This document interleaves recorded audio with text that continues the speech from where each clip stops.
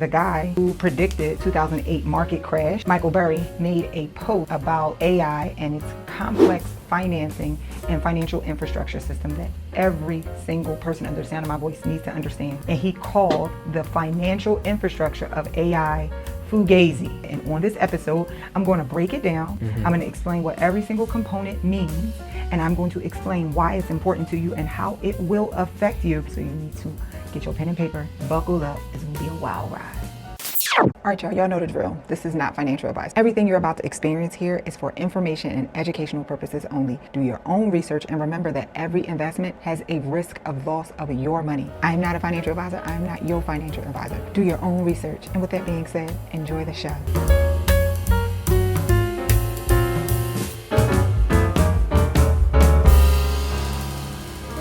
Over the weekend on May 30th, the guy who predicted 2008 market crash, Michael Burry, made a post about AI and its complex financing and financial infrastructure system that every single person under the sound of my voice needs to understand.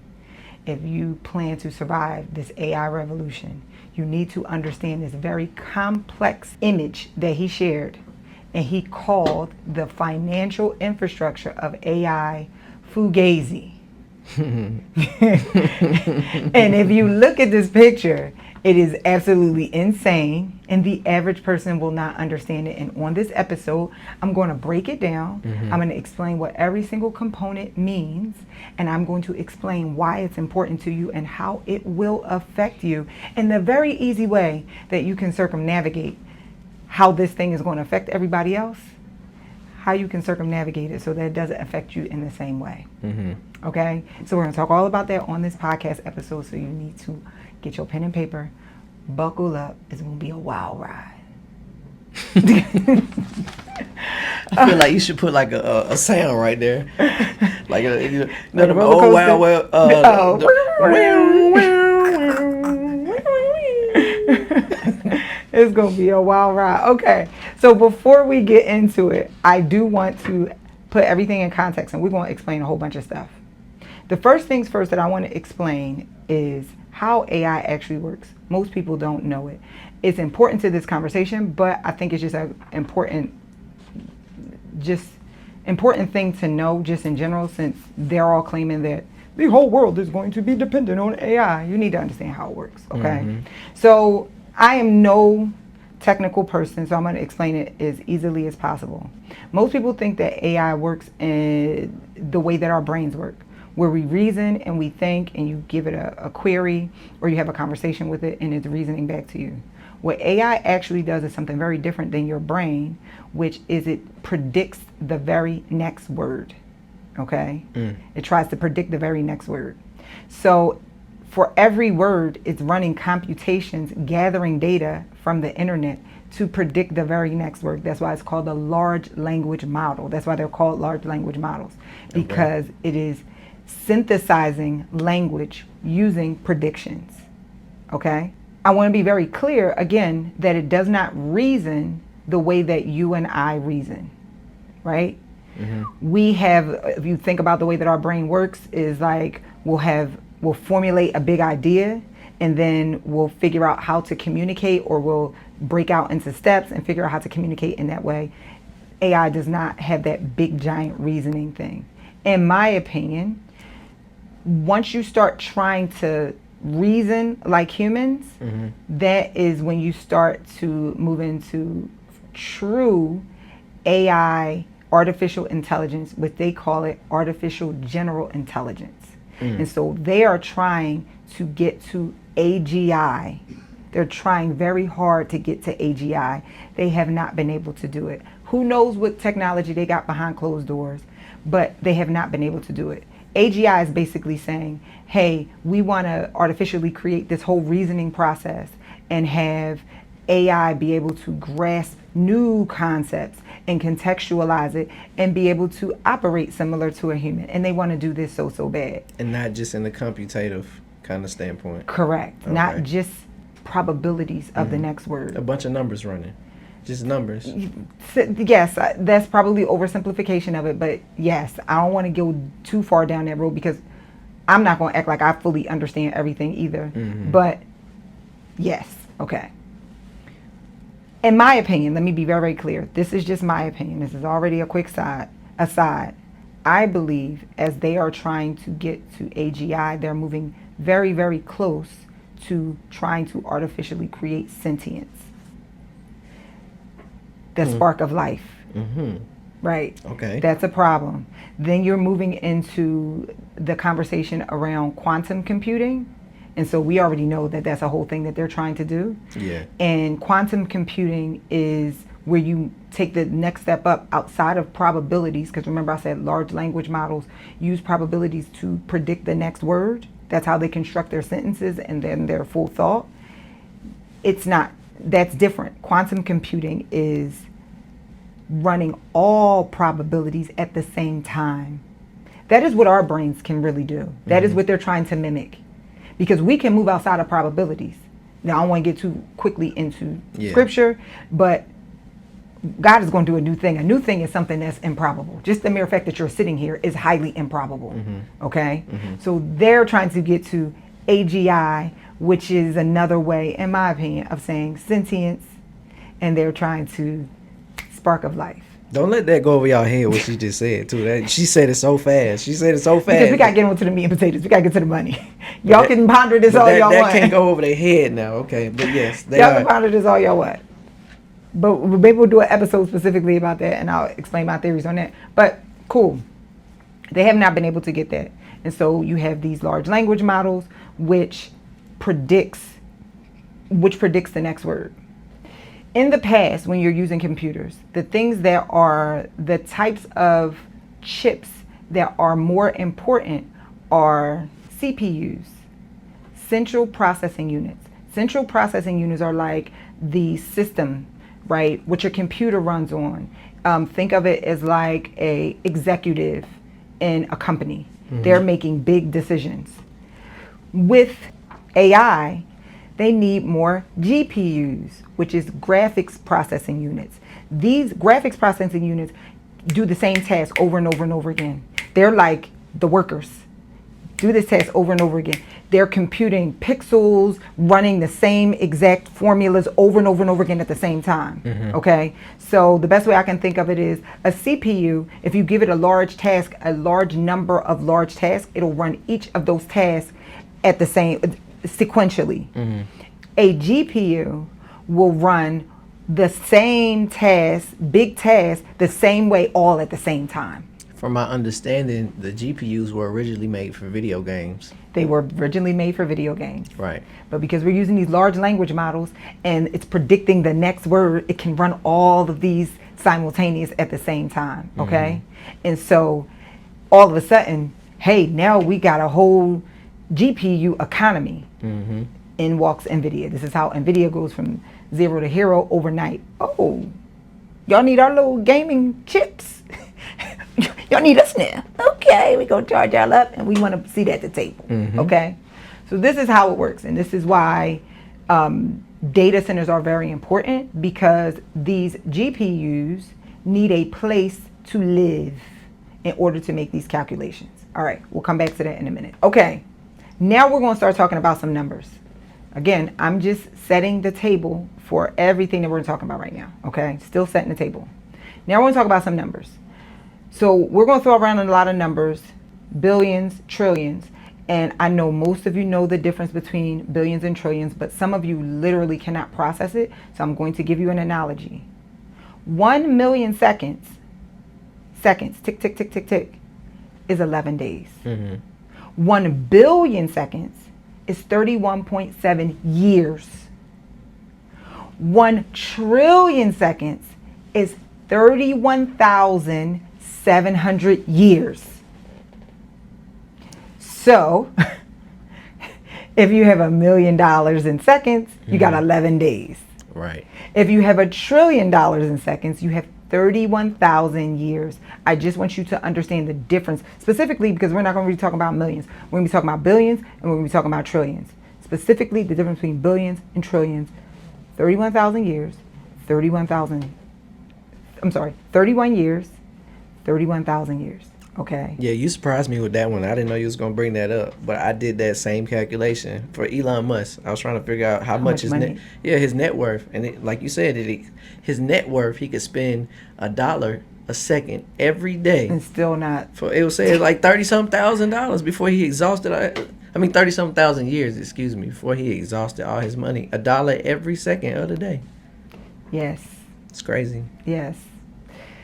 So, such is life. Okay. One of the things that I wanted to put into context around all of this, because let me just share what my thesis around this whole thing is. And I've been saying this to you guys for a very long time, that the U.S. economy is putting all of its eggs into the AI basket, and it is not profitable yet. We talked about this last week. You were not here.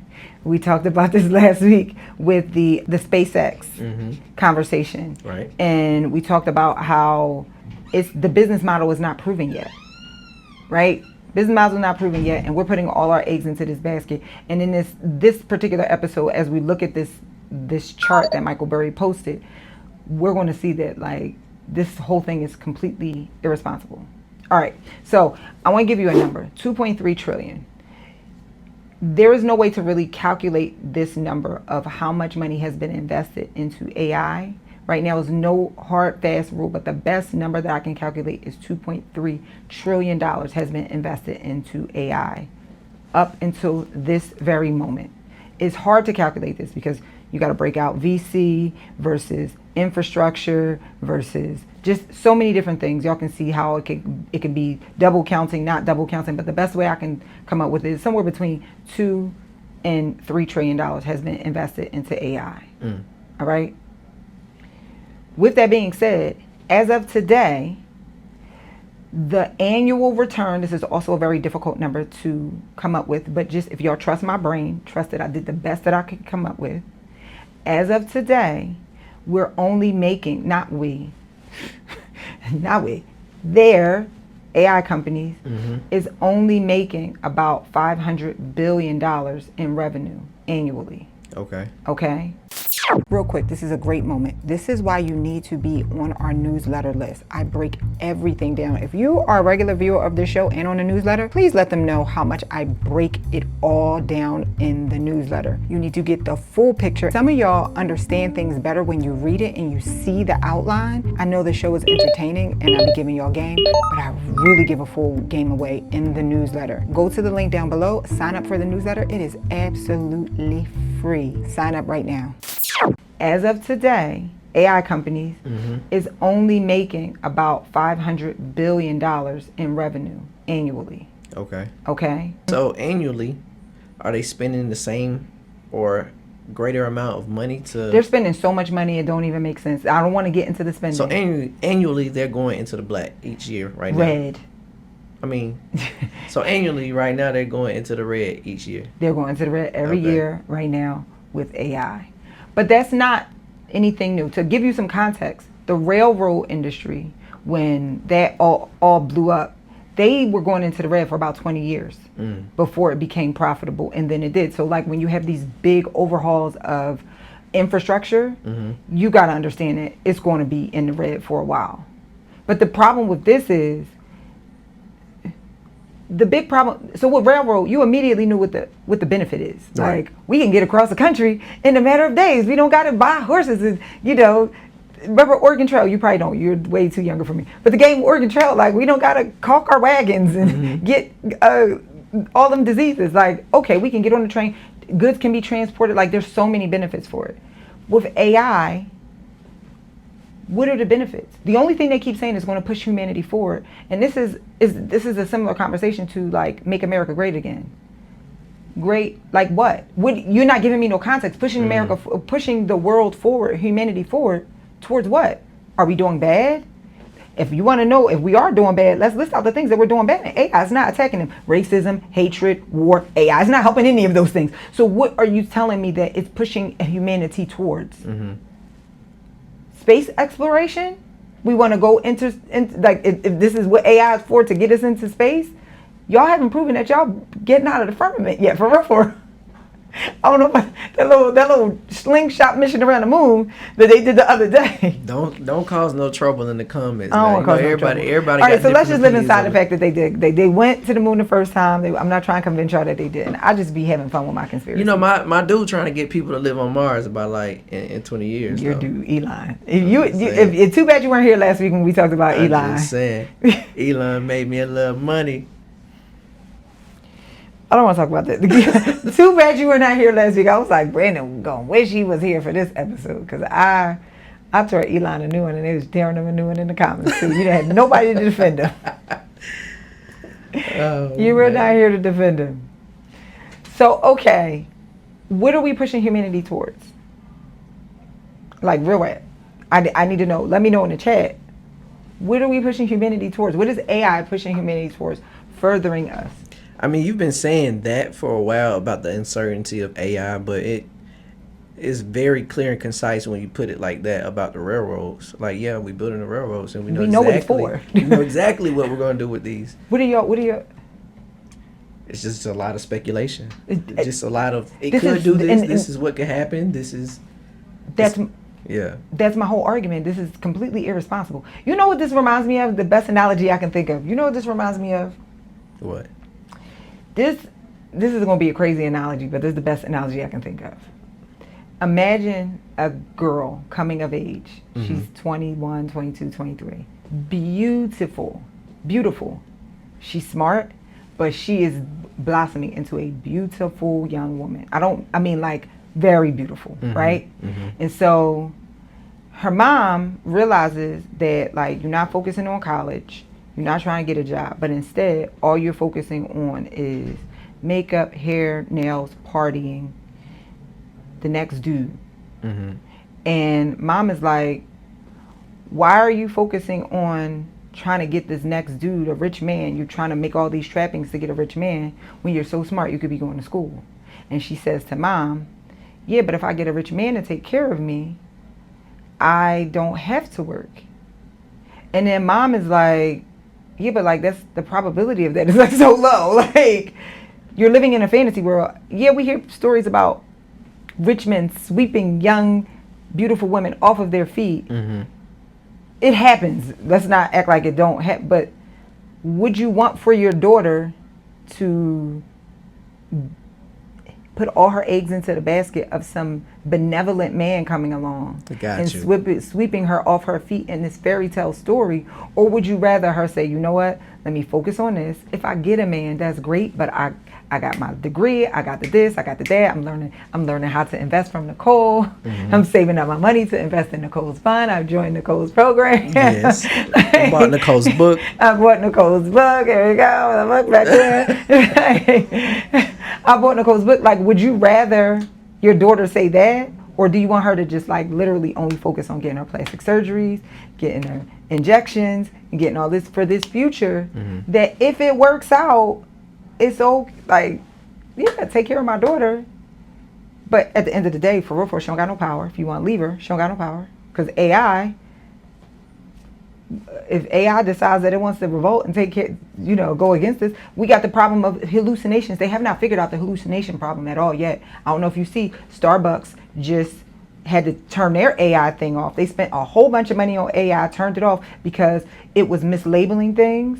Mm. And it did a whole bunch of errors that cost them like a whole bunch of money. I didn't see that. They have not solved this hallucination problem. It's been a big problem for 20 years when early versions of AI, just regular programming, hallucination always been a problem. Mm. Okay? Right now, it's even more of a problem. Y'all already know. Y'all be having conversations with chat and then you be like, I ain't say that. Mm-hmm. Right? And then chat be wrong sometimes. That's what I'm saying. It be hallucinating. You look like, why are you saying this? I didn't say that. I said, like, where are you getting this information from?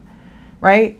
Okay. So in this analogy, who is the young girl? You saying like the market, the investors? The young girl is America putting all its eggs into this AI basket, into this idea that the world is going to be this way that Elon painted in the S1. Maybe Elon is casting the vision. I don't know. What are y'all trying to get at? Mm-hmm. Describe what y'all want to get at. Y'all not. Nobody's describing why are we overdoing this because you want to push humanity forward. Forward in what way? Right. Explain. It's like, make America great again. In what way? I'm not mad at whatever it is. If you want something to be great, in what way? You're not explaining. Y'all got some weird thing. Y'all know. We know what we mean. I don't. Explain it. I need it mapped out. In what way? Yeah. In what way it push humanity forward? I don't think AI can get us off the planet and Mars. That's just me. And if you think AI can do it, in what way? Explain it today, right now. And why do we need to leave? Because this thing is real abundant. Earth is real abundant. Unless, y'all messing it up. Yeah. Y'all want to admit to that? Because y'all still don't want to. Who messing it up? Let's go get the person that's messing it up. Because then we don't need to leave. But y'all want to do that. You know who messing it up? AI. AI is messing it up. Okay. So the same thing that's supposed to save us is destroying us. But that's a whole nother, That's actually super deep. Let's move on with the topic. But that's like super duper food for thought. This goes back to my point. This is just irresponsible what we're doing. Mm-hmm. Okay. So back to what I was saying. $2.3 trillion. That is a estimate. Very difficult to capture how much money has been invested into AI right now. Okay. Right now, AI is only bringing in $500 billion in revenue. Again, also very difficult. In order for AI to be a good ROI, here are some numbers that it needs to bring in. Okay, I'm going to read off some notes that I have. I normally like to just spit off things from the brain, but these is a bunch of numbers. I'm going to read off some notes that I have. Okay, let's only talk about profit, right? Mm-hmm. Remember, your profit is your revenue minus your expenses. In order to justify this, we have 3 different scenarios. An 8% return means that it needs a $184 billion in profit. 10% return means it needs a $230 billion in profit. 15% return means it needs $345 billion in profit. Right. Okay. Now we're going to take the middle number of profit, $230 billion in profit annually. Now, in order to get that profit, you need to understand what your margins are. Okay? So your margin is your total revenue to your profit. So if your margin is, let's start with 30%. Let's say 30% of your revenue is pure profit. In order to get to that, the number has to be $767 billion in revenue. We're only at $500 billion in revenue. Okay? Now let's be more conservative and say a 15% margin. In order to make that 230 in profit, now we talking about 1.5 trillion in revenue. We're only at 500 billion. Okay? Now, if we're talking a 10% margin, which is probably more realistic, and let me tell you why it's more realistic. Because all of these different companies, XAI, OpenAI, Anthropic, they all do the same thing. It's a commodity. When you have an industry or you have a product that's doing the same thing, now it's a race to the bottom in prices. Y'all competing on prices. Right. Guess what? If OpenAI decided to say, hey, we got that service for $18 and Claude is at $20, guess what? Everybody going to OpenAI. So, because it's a race to the bottom, anytime you're in an industry that you are a commodity, is offering the same service, your margins are going to be thin. Perfect example is if you have a trucking business. Trucking businesses' margins are thin because guess what? I don't care how you get it here. Your premium customer service, your drivers is fine. That don't mean nothing to me. Yeah. You can't do anything unless you can get it here quicker. Guess what? Trucks can go but so fast. Drivers have laws about how fast they can go. Every single trucking business is a commodity. Margins is mad thin. Their margins be like 3-6%. For for the profitability of the company. Right. And that's just what it is. Shout out to the truckers though, man. Y'all keep doing y'all thing. Y'all keep doing your thing. I need my beauty products. I need, what else do I need? I need a whole lot of things. Everything I that's need on everything. the truck. Especially you Amazon people need the chicken. You need the chickens. I ain't eating chicken no more. That's a whole nother conversation. I've been, I was a vegetarian for 20 years and then I dipped back out and ate a whole. Nicole said the chicken's not real, y'all. She said the chicken's not real. I don't want to talk about that conversation. My brain started going super left. I'm not going to go left. Let's stay focused because finally getting a handle on the numbers, okay? All right. 10% margin, which is probably more like where the dust will settle.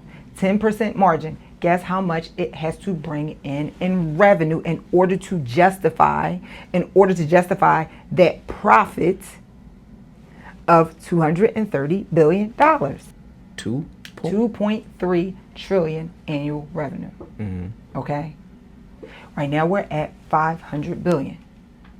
We have a bunch of problems with that. Number one, for real again, because AI, what are we moving towards? We don't necessarily need it.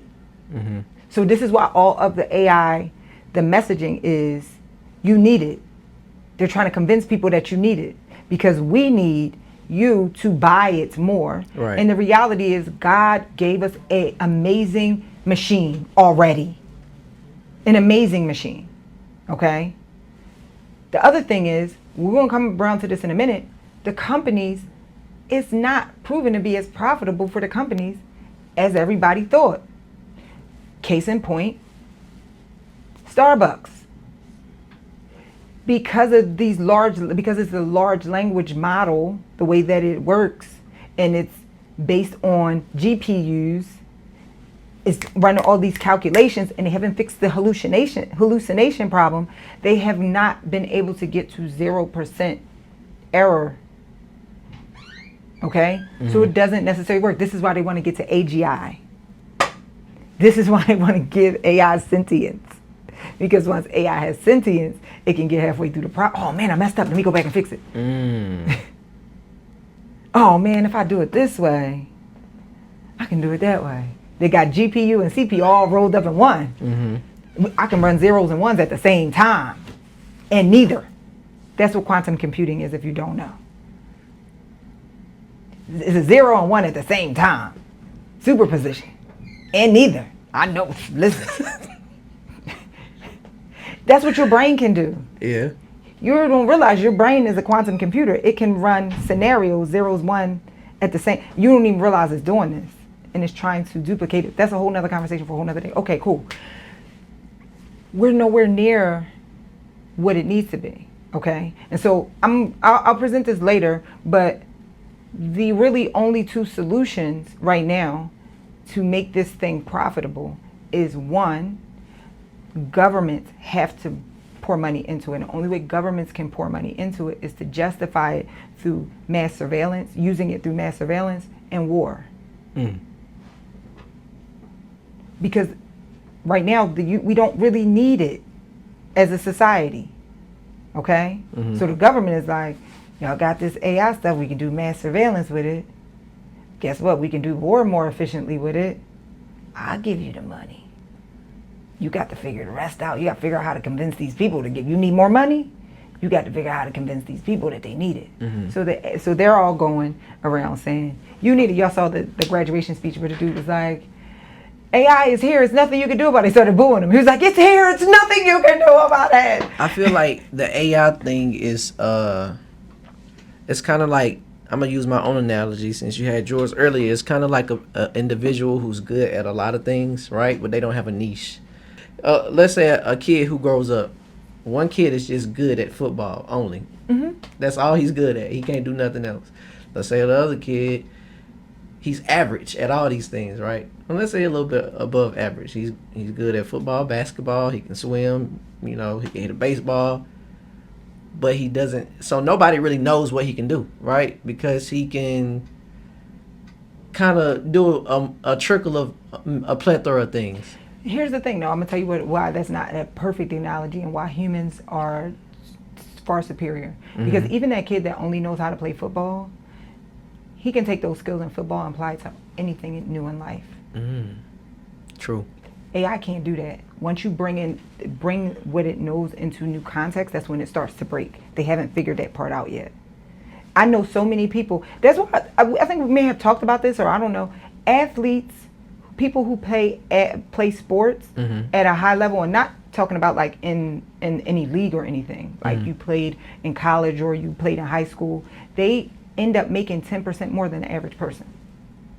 So you can't necessarily do that analogy, and you can do it with anything. Usually when someone goes deep in a topic, they then have context to apply it. They can take the underlying principles and apply it.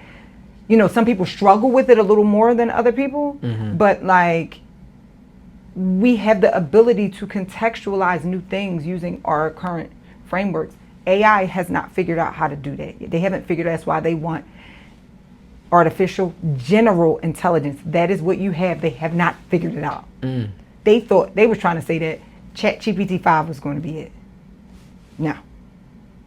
I think that they figured it out. They got it locked in a cube somewhere, heavily guarded. I think they figured it out. There's another conversation for why I think they figured it out, but it's completely irrelevant. It's totally a conspiracy. Don't write this. Don't send it home. Don't write home about it. Don't be like, Nicole said they figured it out. No, I just be having fun with my conspiracies. Okay?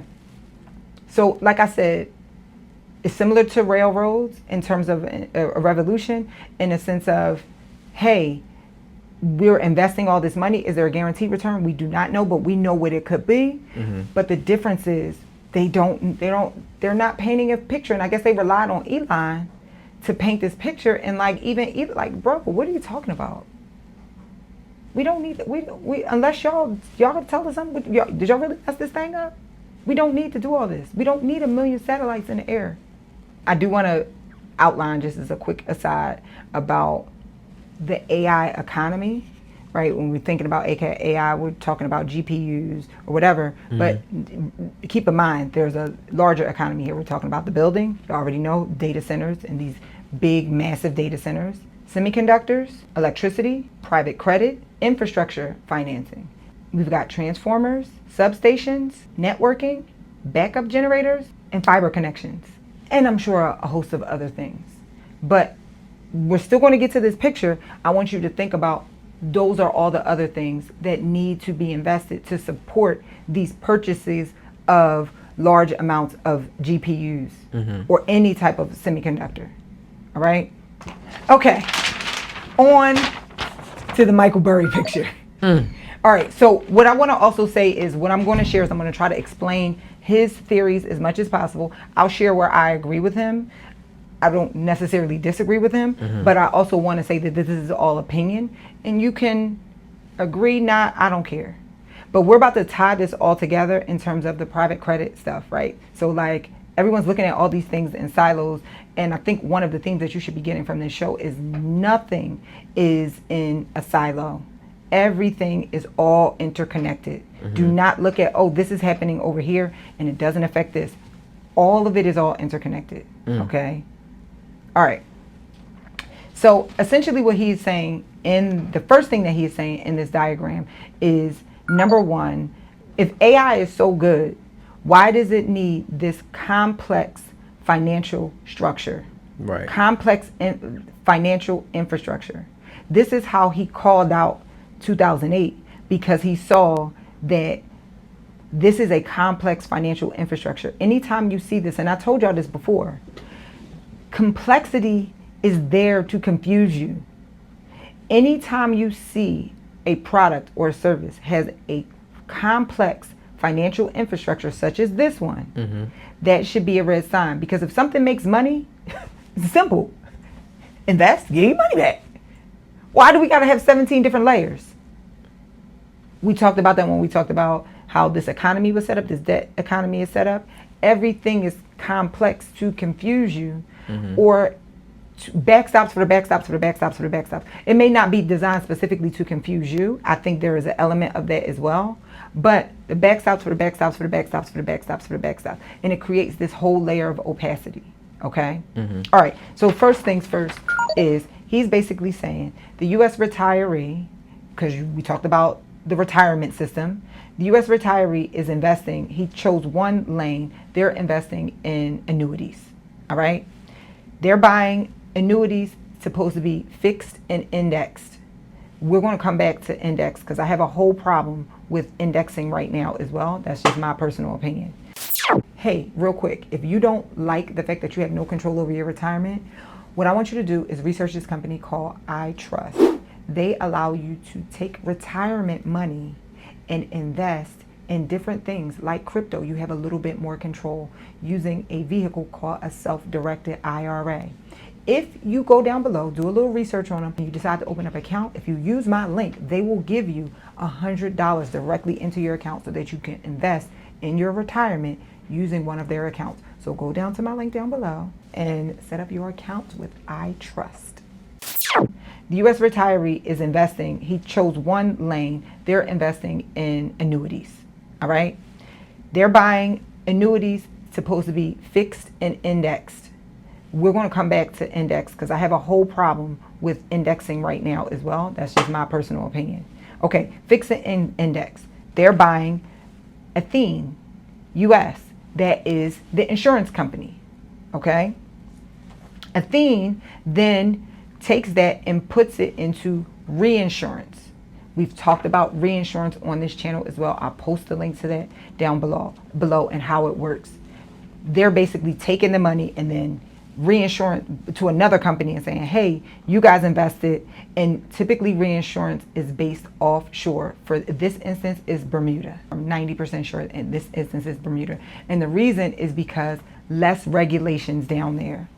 Insurance companies can get a little bit more funkier. It's also a layer of opacity. You don't really know what's going on. This is why in the private credit industry, the Treasury has been meeting with insurance companies to talk about their offshore reinsurance because we don't know what's going on and we need to understand what the exposure is for this very reason, because now insurance and reinsurance is owned by private equity. They are taking that money and investing it into Apollo, which is a fund. Now, Apollo has very close ties to Athene. It actually helped set up Athene. Okay, Apollo then they take the money and they create this vehicle. There is a vehicle that houses independent specific products. In this instance is Valor. Okay, Valor is financing chip purchases. Okay. And we're talking about, remember I told you about the GPUs. Right. All right. They're financing chip purchases, going to XAI, the purchases from NVIDIA. But NVIDIA owns equity into this vehicle. But they're supplying the chips. Okay. So really the chips are owned by Valor. Okay. So the debt money comes from Apollo, which came indirectly, we show how it came from retirees into insurance, into Apollo, into this vehicle, Valor. Part of it is debt. The other part comes from equity investment, NVIDIA, to buy NVIDIA's chips. And so then the chips are leased to XAI. Very complex. Right. So guess where the money comes from now? Retirees. So whether you realize it or not, in your retirement, and like I said, this is only one way that this is coming from. He just chose annuities from retirees. But guess what? This money also comes in different avenues from indexes. And guess what? The advice has always been, don't worry about it. Just put it in an index fund. Now, what I want to talk to y'all about is index funds. Now, hopefully you understood that. If you got any questions, let me know down in the chat. Do you have any questions? Because I want to really dig into this right now. No, I do want to say one thing. Say it. And my only concern is, hypothetically, right, when they say AI is supposed to take, I don't know, over 50% of white collar jobs away and things like that. Where is that retiree money coming from after AI wipes out all these jobs? Like, where are the 401ks? That's why this is so coming? irresponsible. Yeah. Because it doesn't make sense on the front end and it don't make sense on the back end. And let's give the analogy about the girl, right? This don't make sense on the front end. But let's live inside of your fantasy world that you got a couple of Johns on the hook that's so nice and they're so benevolent and they want to take care of you because you're beautiful. But this plan don't make sense on the back end because guess what happens when you age? He don't want you no more. What you gonna do then? You're not thinking about that. You age, you have a baby. Guess what? You got good genes right now. You ain't got to go to the gym to maintain that body. Now you all of a sudden you got to go to the gym. See, I'm lucky. I always get a fat gene. So before I had JD, I had to work out. So when I had JD, I had to work out. This is a way of life for me. You see the skinny girl from high school? Yeah, she was a cold piece. To have a baby, lose it, gone. Because she didn't ever have the discipline to be able to do it. Not saying she can't develop it, but she didn't have the discipline, okay? So this is a bad plan on the back end because, guess what? Also it's a bad plan on the back end because, like, what if homeboy go broke? You don't got no skills. He don't got no skills. What you just gonna be sitting there broke talking about the olden days? Can't do nothing. This is the same thing. This is not a good plan on the front end and this is not a good plan on the back end. Okay, y'all coming up with a system to suck money from, or I'm gonna call liquidity harvesting, because we talked about transferring liquidity. This is a phrase that I want to use. I'm making it up because I say strong things like they want to take your liquidity away from you. We're not going to say that. It's called liquidity harvesting. They're harvesting your liquidity. What happens, because y'all keep saying mass layoffs, and I don't like that because this thing hasn't even proven to be able to allow people to do layoffs. They've been doing some layoffs, but we're getting the data back to find out, this might not even work the way y'all want it to work. And so they're saying mass layoffs as a wink way to make promises to CEOs. It's almost like, oh, mass layoff. Like, I saw a clip of Sam Altman, because he was way younger, or he looked way younger. Maybe he just aged a whole lot. But he was talking about AI, and he was like, he said it in he used very specific positive terms. One of the beautiful things that I look forward to is mass layoffs. He said something like that. I'm going to leave a little pause right here to post the clip. Happy to say that I am convinced that the job destruction in the next couple of decades is going to be massive. Like, honestly, one of the things that I struggle with, like, getting out of the bed every morning is that, like, my job is to help people destroy jobs. Like, how are billions of people going to replace the meaning they got from work with whatever they're going to fill their time with? And I think this is the number one challenge in kind of technology. Okay.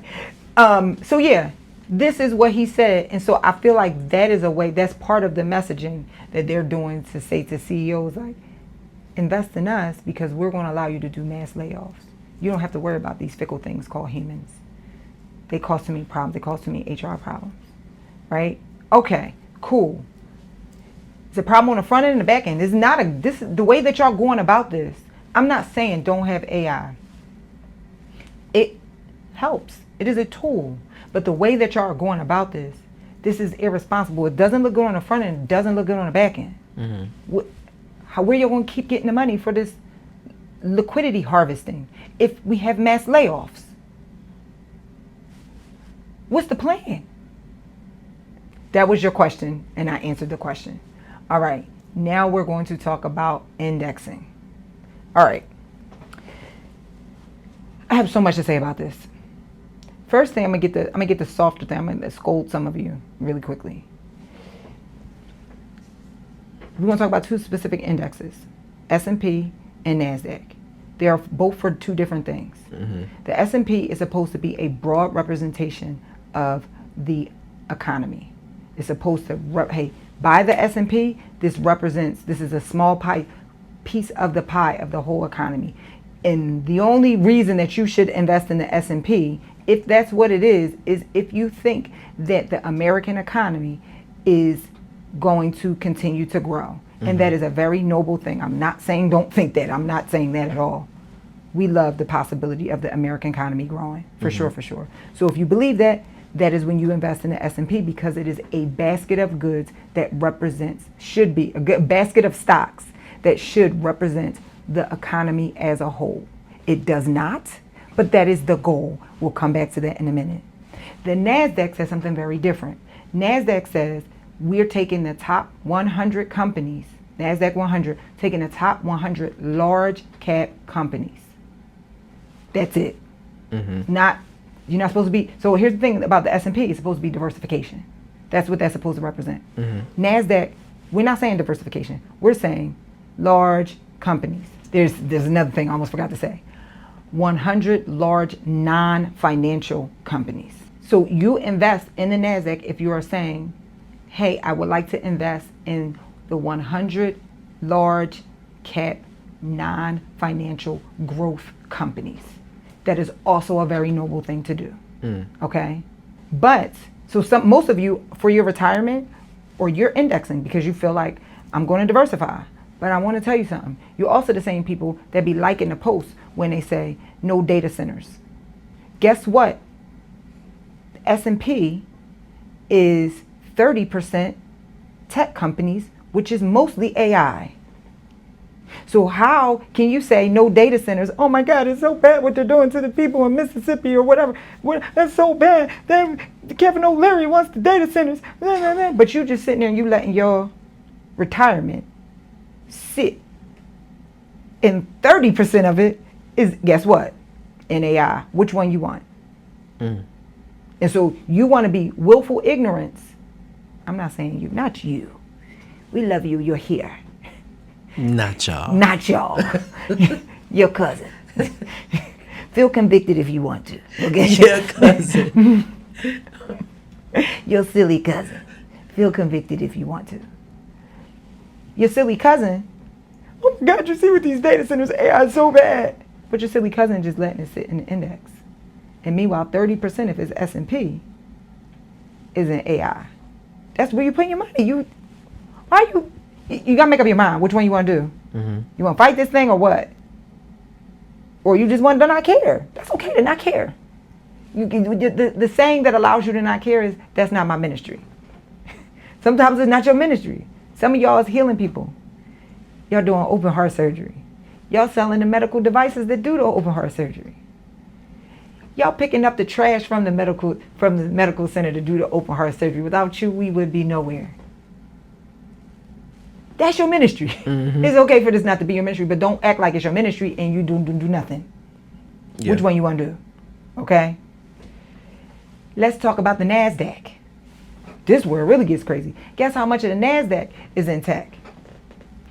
50 to 60%. And guess what? We talked about this last week. They're making changes to the rules to make it be more. To make it be more. But here's what the problem is. Now, again, I told y'all Nasdaq is not trying to be a broad representation of the economy. Okay, so keep that in mind. Here's what the problem is. The U.S. economy, the GDP, is not 30% tech, referencing the S&P. It's not 30% tech. So you're indexing to diversify. That's not really a diversification. That doesn't really represent what it's supposed to. It's actually the opposite, huh? It's concentration. Bingo. And then y'all want to be like, just index it and sit down. No. You know what it is? It is liquidity harvesting.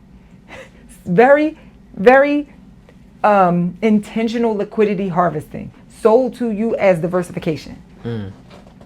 I like the way you brought that. I did. I ate with that one. I like the way you brought that back, Dre. I ate with that one. I really did. I'm very proud of myself. Because that was off the dome. I see what you did there. I did. I ate. But no, that's exactly what it is, though.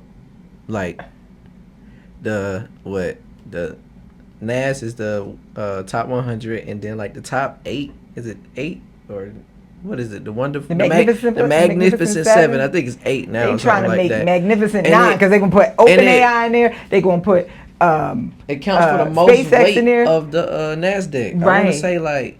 I want to say something crazy. I like just 20, told you it's just the 7. Just those 7. Just the 7 is I can't remember how much. I think 25 to 30%. Yeah, I think it's like close to 30%. Like, but Yes, the magnificent seven, but the all of tech is 50 to 60%. That's crazy. Our economy is literally only about 10% tech. That's crazy. This is why I say that now hopefully y'all see this picture even clearer. This is why I say invest in small local businesses, because they are underrepresented as in terms of they're underrepresented in terms of investment vehicles. So therefore it is cheaper. But they make up the portion of the economy that the Nasdaq and the S&P is not accounting for. So they have is just as much viable as an investment opportunity as this other stuff. I was about to call it nonsense, but I don't feel like as this other stuff, because I don't feel like fighting with y'all who making a whole bunch of money. He came in here and said today, I made a whole bunch of money off of what? Which one did you say you made a whole bunch of money off of? Tesla. That's a tech company. Yeah, no, I only trade tech. I only trade the NAS. That's the only thing I trade. All things inside the NAS. Okay. But I guess the Tesla would be consumer. I don't know. Well, go ahead. Tesla is just a whole other. That's just. I know that's your bestie. All right, let's keep going. Hold on. Unless you have something. Do you have something important that you want to say? Mm-mm. Okay. All right. Okay, I'll place it back in there. All right.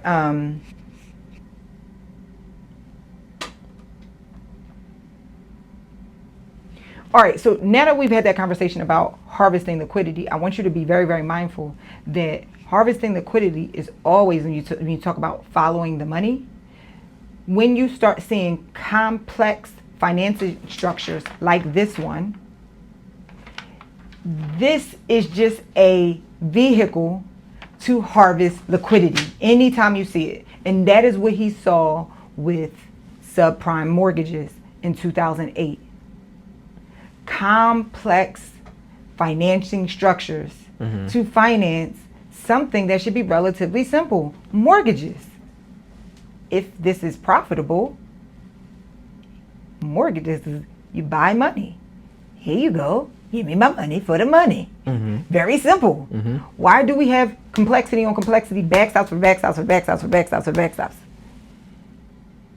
Something is being, and so he says, this is Fugazi. Y'all don't have a real need for these GPUs. Y'all haven't figured it out yet.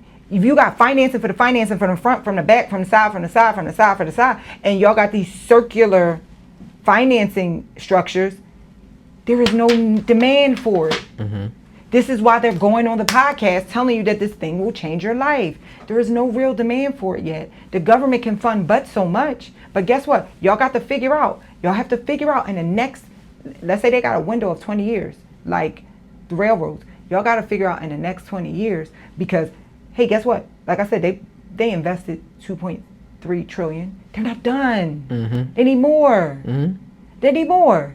So y'all got to figure out in the next 20 years how to get this thing to, they probably have way more sophisticated modeling than what I did.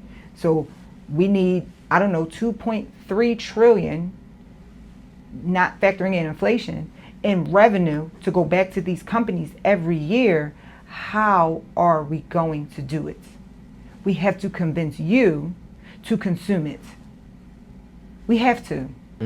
What's going to really end up happening, let's say they do end up doing it, we're going to end up having, and this is how it's going to end up being a real problem, because it can really, from economies of scale, it can really only be one company. Because too much competition for the same product is going to drive the margins down so low. What do you mean we say it can only be one? You can only have one. So there are certain companies, like there's something called economies of scale, where after something scales to a certain point, you get this darn near singularity, right? Amazon, right? Amazon delivers all these packages with this big warehouse. Their margins are probably already thin because they got to factor in like transportation to get the stuff to you. What if another company came along and did the same thing, was just as big as Amazon? Neither one of them would be profitable. The market can't sustain it. Well, what about like an Apple and what's the competitor, Samsung? Are they competitors? Are they really competitors? I mean, they go back and forth. They've been Guess going back what? and forth for the last couple of years as far as Apple was the first $1 trillion valuation company. Samsung, where they at?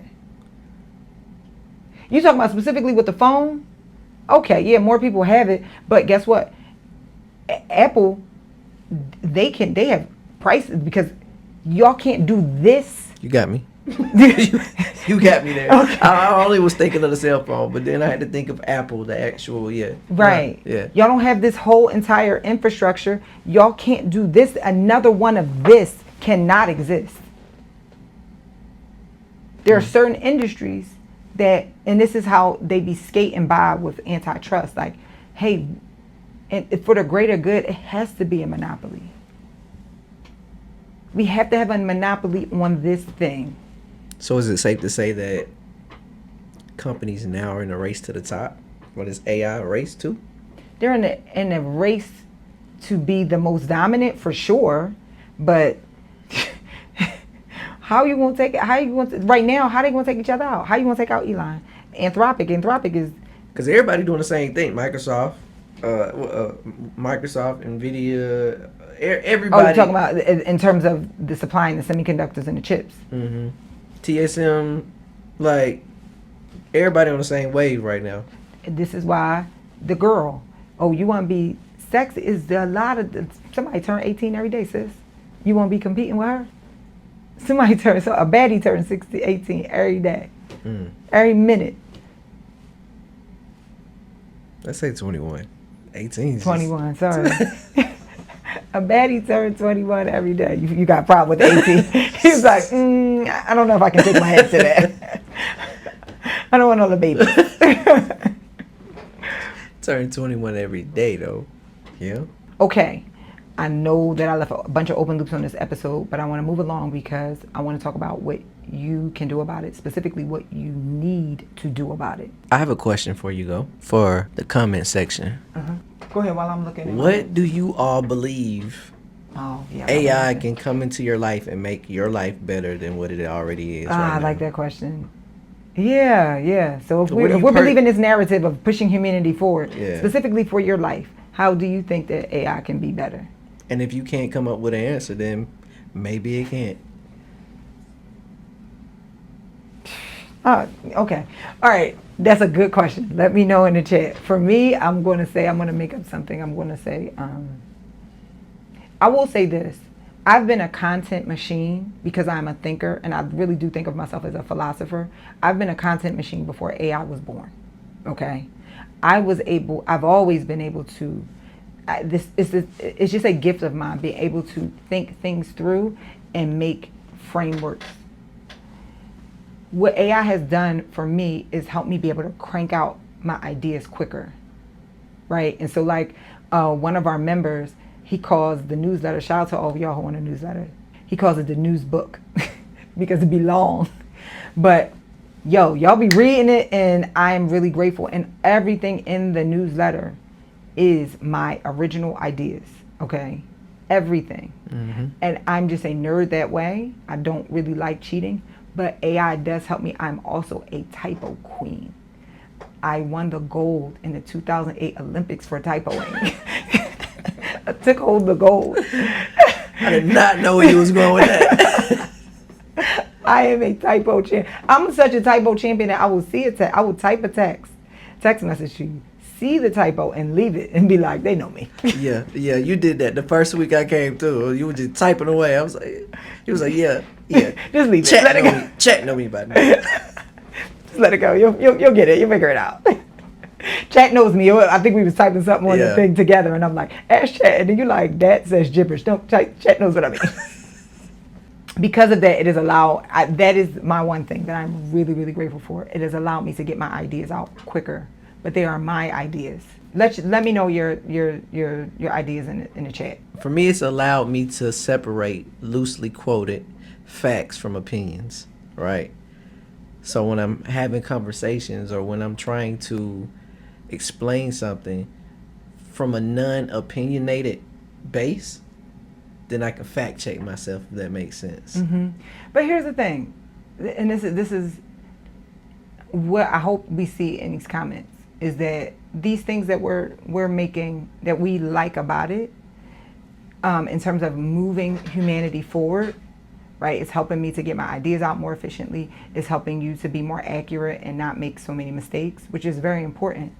Is this worth depleting our planet? No.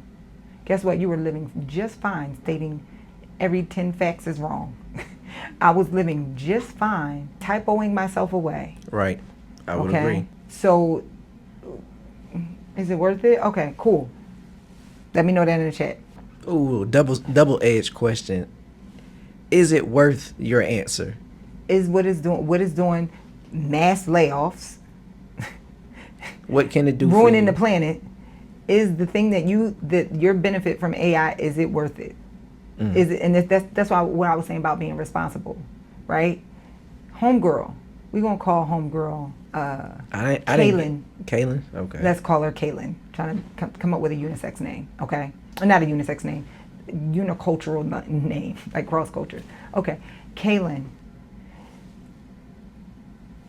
You can get the handsome husband, the handsome rich husband who loves you and all these things. You can focus all your attention on your looks to get this man with all the trappings. But is it going to be worth it? Because now you've lost your purpose in life. Your purpose is never just your spouse. You always have a larger purpose. Unless your spouse has a big dream and your dream is to support, you're here to specifically support them. And even then that takes a lot of discernment to be able to decide, whether that's something you want to do. You've given up your purpose in life. You've given up your leverage, because now that man technically owns you. He tell you what to do, where to go, where to come. You don't know what he gonna do after y'all get married.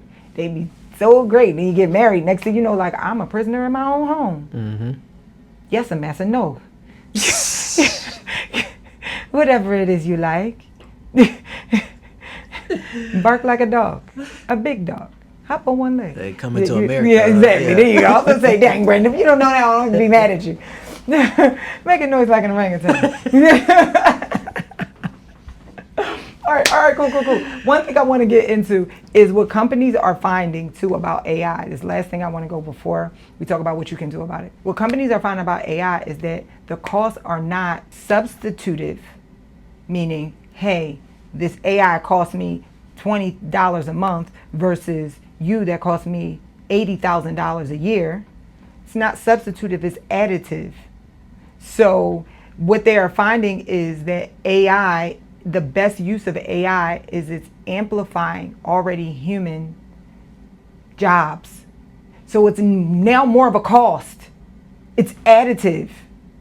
We just both gave an example. Hey, this thing is not replacing me. It's just making me do my job better. It's not, you're not that's what it's being sold as. This is a replacement. It's not a replacement. Now we got more job costs because now we need to come and teach people how to implement it. They're not getting the $20 version. They got to build out models that's specific to their business. They got to do this. They got to do that. They got to do this. They got to do that. And now it's costing us more. I still got to pay Joe Simmons 80 grand. But that goes back to what you said earlier about the ultimate goal of what they're trying to do with the AGI. We ain't there yet. Y'all haven't figured it out. They ain't got it yet. Y'all are not God. At all. You're not even close. Unless it's in the cube, locked away somewhere. Okay? Heavily guarded. Let's talk about what you can do about it. I did something real fancy for y'all. Now, what I want to say to y'all is what I'm about to share with you is very rudimentary. Do not go and use this as a Bible. I got this idea in the very last minute before we hit record, so it is very rudimentary. First, before I tell you what it is, I'm going to give you the percentages of the index breakdown that most likely what a good amount of your retirement is invested in, okay? All right. The S&P, which is supposed to be diversification, is 35% tech, 10% communications, 13% financials, and 10% healthcare, and the rest is a little bit, okay? The Nasdaq, which again, not diversification, the largest 100 large cap non-financial companies. This is if you want to invest specifically on large cap growth, okay? Not supposed to be diversified. It is 55% tech, 15 to 20% communication. Consumer goods, which is mainly Tesla and Amazon, is 15%. And then a bunch of little ones. Okay. Now, what I did was a very simple prompt. Again, this is not Nicole recommending. I just want you to understand how to think. Okay. If you're saying, which is what a diversified index is supposed to be saying, hey, I like the U.S. economy, I want to diversify. Here are the percentages. Housing, 15%. Consumer spending, 25%. Healthcare, 12%. Financials, 10%. Industrial, 10%. Tech, 10%. The GDP is really only 10% tech. Energy, 8%. Transportation, 5%. Government contracts/defense, 5%. Communications, 5%.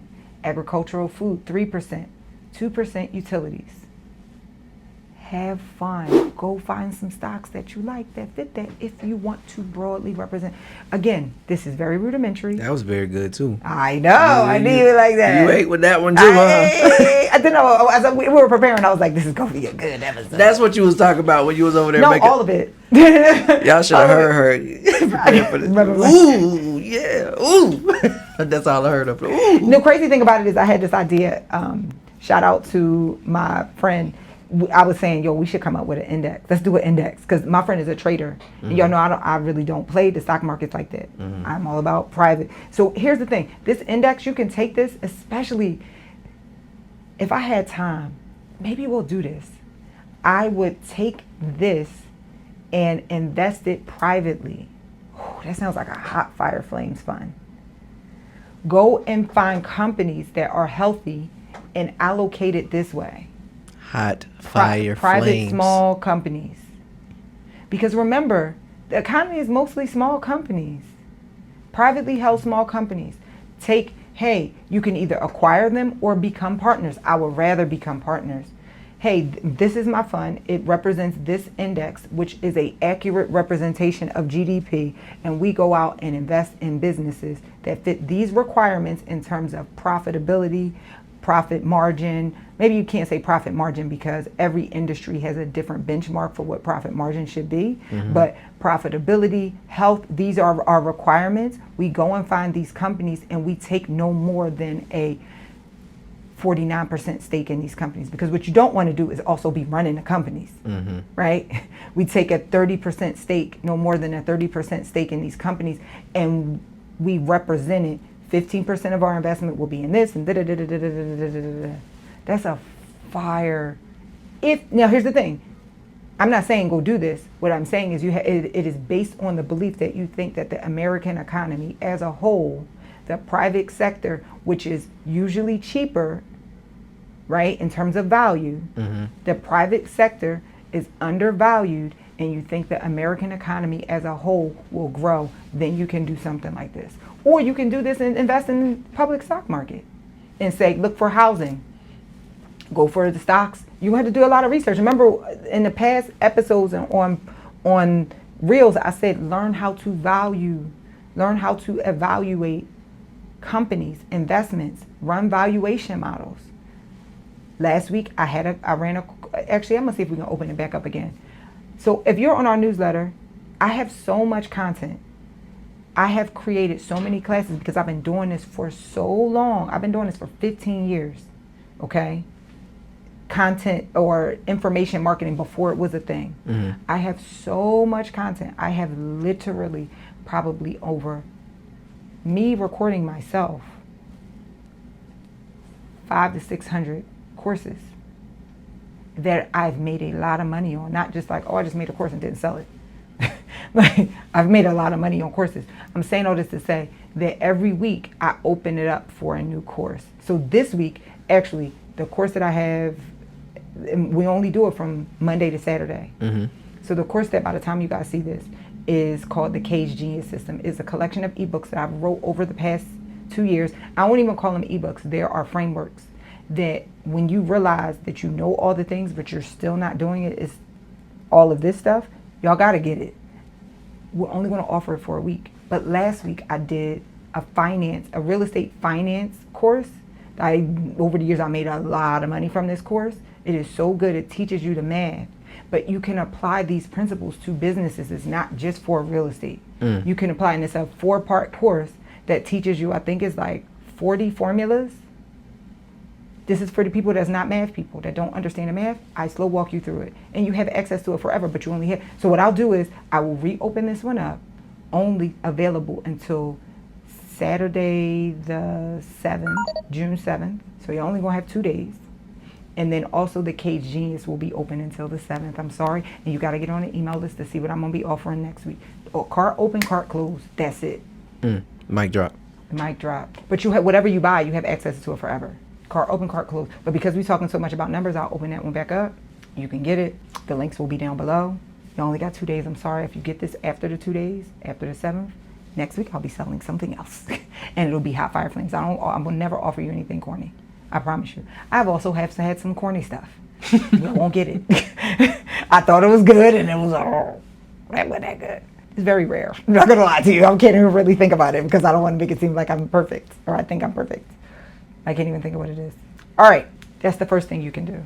You can figure out how to represent your own index. And it's not rocket science. The second thing I want you to do is, especially if you're going to diversify by economic drivers, not by tickers. Because that's where people get so scared and how they end up in these index that is very concentrated because you just see all these different ticker symbols. Run that back one more time. This is how people get caught up in having a concentrated index that is not very diversified because you're looking at different tickers and you don't realize that 5 of the 10 tickers is the same economic driver. So diversify by economic driver, not just by ticker. Don't just say, oh, I got some over in this company, I got some over in that company. Look at what it is. Look at, if you really want to be diversified. Some of you don't, and I'm okay with that. I love that for you. Especially if you know you got a strategy. Listen, I'm all in on energy right now. Have fun. I don't recommend it, but I'm not mad at you. Remember, this show is to teach you how to think. Is Nicole way the only good way? No. Have fun if you want to go all in on clothing stocks. I'm sure you have your reasons. Next thing, this is real important. Understand the difference between technology success and economic, financial, business success. Okay? AI works. Most of y'all done used it about 17 times a day. Does that mean that it is business financially viable, proven yet? Nobody's turning a profit. And even the profit, we didn't have the time to go and talk about this. Even the profit that's being projected right now, I think it's one of the companies, I don't have it open at that time, I'll post it down below, is projected to make a profit this quarter, but the profit is only based on some discounts that they're getting. So it ain't really profitable. None of these things are profitable, but AI does work, okay? So understand the difference between technology success and actual economic, financial business model success. Next one, learn how to underwrite. This is why in the Profit Door, in our private investor network, once a month, at least once a month, we do something called ironclad underwriting. So our community is only $97 a month. You get access to that plus so much more. Shout out to all the new members. Shout out to all the new members. Shout out to all the new members. And I love y'all. Y'all been. Hopefully they got their books by the time they see this episode. Brandon's responsible for sending y'all books. So if you've been waiting for your book, at him on Instagram and send him hate mail. Send him. Call me 4 a.m. Send him hate mail from afar. No, yo, don't y'all dare send him no hate mail. Y'all can kindly give him a follow. And then be like, Brandon, what's up? We're all caught up by now, by the way. Give him a follow and share him and send him some love. The next thing is audit your exposure for what you already been exposed to and if you're making changes, what you are actually being exposed to. Really pay attention to that. And last but not least, I'm gonna give y'all some advice that I've always said every day since day one. What you think I'm gonna say? Picks and shovels? Yeah! Picks and shovels? Picks and shovels, picks and shovels, picks and shovels. Because guess what? AI itself, it might not be in the black, but guess what is in the black? All the picks and shovels, people teaching courses teaching you how to do AI. They running it up. They teaching you stupid stuff that you can ask AI how to learn. Hey AI, if I wanted to learn you, what can I do? Give me a course that would cost me $100 that's really worth $500. Give it to me right now. That's true. And AI give it to you for $20 a month. Meanwhile, picks and shovels people was making money off of picks and shovels because you don't even know how to ask AI how to teach you to use AI. Bars. AI need drinking water. See how you can invest in a company that's making the water drinkable. That's a whole nother thing to mess up, but your brain, your wheels is turning, bro. Brandon over there like, I love my big sister. That's the look he got on his face. Because that last thing he said was, dang. Like, yeah. I mean, you go with the picks and shovels, but shoot, like. But then what are the picks and shovels of AI? You know? Like. Picks and shovels of AI is, so I gave you that whole list. Let's pull that list back up. Data centers. Listen, if you got a data center coming near you, and you know a construction company that could potentially be subbed under one of these, or if you have a construction company that could potentially be subbed, you need to be trying to figure out how you can get in and fit in. Facts. Figure out who got the government contracts or who got the contracts in that area that could potentially run Pick and jobs. shovel right there. You dropped the bar. You That's might gonna have to go really over do your a head. lot of research, but Government contract. That's the bar right there. because that's what Donald Trump is doing. He's investing in companies that get the government contract, giving them the government. Hello. And he go on live and tell you to invest Buy a in Dell. buy a Dell computer. Buy a Dell. They're gonna be really profitable in the future. Dell went up like something crazy. Yeah, you're gonna have to put your thinking cap on for this whole thing. I want y'all to ask yourselves this one last question. Like I hope this cements everything that I'm saying to you. Commerce is very simple. Business is relatively simple, but commerce. Let me leave business out because it's two different things. Commerce is simple. Hey, I have something valuable. Someone buys it. I have something valuable. I need money to bring it to market. I need to borrow some money so I can sell it and repay my loan. That's really just it. Mm-hmm. That's it. Once anything starts showing complexity in financing, that means there is an asymmetric risk return. And this is just a circle to move the risk. Remember I gave you all that pie chart? I mean, not pie chart. I gave you all that analogy with the circle. We're moving the boulder of the risk. Mm-hmm. That's what this is. And guess who's at the end of the line with the risk? The retiree. So anytime you see any industry that is complex like this, some of you see this and you get scared and you get intimidated. And this is why you don't pay attention. That's why you on the channel, because I see a lot of the comments. It's like, yo, somebody finally breaking it down in a way that I can understand it. And this is that the complexity, the added benefit is it does scare you, but the complexity really is a sign. You don't have to go in on trying to understand it, but what you need to understand is this really should be simpler. And if it's not, something's being hidden. It's a red flag. Something is not right. Yeah. This thing is not financially viable yet. And so they're trying to figure out how to get to the 20-year mark that the railroads got to. And 20 years is a long darn time to burn through cash, especially at the rate in which they're burning through cash. And so we got to figure out different ways until we get there. And right now, we're trying to convince you that you need us. Buy a robot, put it in your suitcase, and travel with it. What?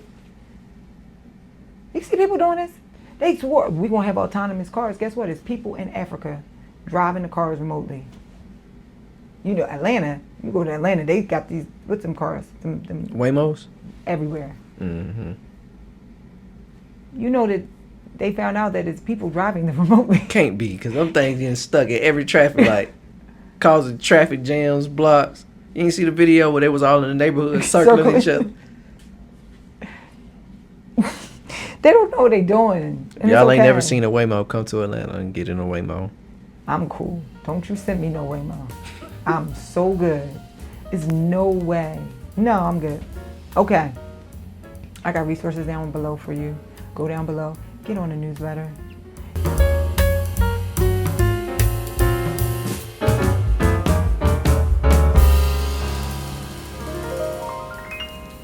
NVIDIA has reportedly launched a program will pay you over $22,000 a year to host a mini data center at your home. How much space does it require? They didn't say. I wonder how much space it will require. Probably requires a lot of freaking energy though. Yeah, so how much does it cost? You probably wouldn't even see $22,000 because you would be spending it on your energy bill. You think that much? Well, it got to make it make sense. I think what they need is space. So it's probably going to cost 15 or something like that. I'm cool. But first of all, they were saying that you don't need that type of compute close to you. They don't know what it's doing to you in the signals in the air. Mm-mm. I don't know. Maybe I'm speaking on things that I don't have no information about, but I'm good. Mm-mm. I don't even sleep with my phone next to me like that. The way they're approaching AI, this is probably one of the biggest, most irresponsible things that human beings are doing. I'm not saying AI is bad, at all, but just the way that they're doing it, this is so irresponsible. I'm trying to think about different irresponsible things that they've done, like the Dark Ages. Humans went, 500 years where there was no technological advances. Do you know that there is a theory that there was, I think it's about 300 years where nothing is recorded? They think that those years were thrown in there. I think it's 1200 to 1500. Nothing happened. Nothing. You saying? So they added those years in. This is a theory. Oh. Literally nothing happened. I think this is something about Charlemagne, King Charlemagne or whatever he was. He was they made him up and inserted him in, because there's really no real record of him existing. Mm-hmm. And just nothing happened. So let me think of something else that's totally irresponsible that human beings did. Slavery. I'm not comparing AI to slavery before y'all come after me. Very irresponsible. It was just very irresponsible. This was a horrible plan. I know what we'll do. Now that makes me think about all the irresponsible things that the economy has done that was just You mean human or the economy, just in general? Well, humans and the economy. What? You mean modern economy? Slavery was one. I want to say. The Crusades was another. Humans are always doing something irresponsible, though. Now that I think about it, you can never. I think we're always doing something irresponsible, but I think that there are some things that are what? This is when they did that? Segregation. Some of y'all want segregation. Sorry to offend you, but this is ridiculous. This is ridiculous. Y'all are taking this too far. I think pharmaceuticals is another one. Just our whole healthcare system and the pharmaceutical system. I don't think you get any more irresponsible than slavery. I mean. Yeah. Slavery and of course the Holocaust. Yeah, apartheid. BBLs. BBLs. Brandon don't like BBLs. He's from Atlanta, y'all. He should like the BBLs. BBLs was a very, very stupid thing. That was irresponsible. There's some people that got good looking BBLs. Some people need them. Some people can't build that booty Is muscle. it BBL or transfer? BBL is different. Not that you know this. Atlanta would know this. I'm just saying. The BBL don't look good. But the fat transfer, we can get away with that one. Only Atlanta person would know this. All right, y'all.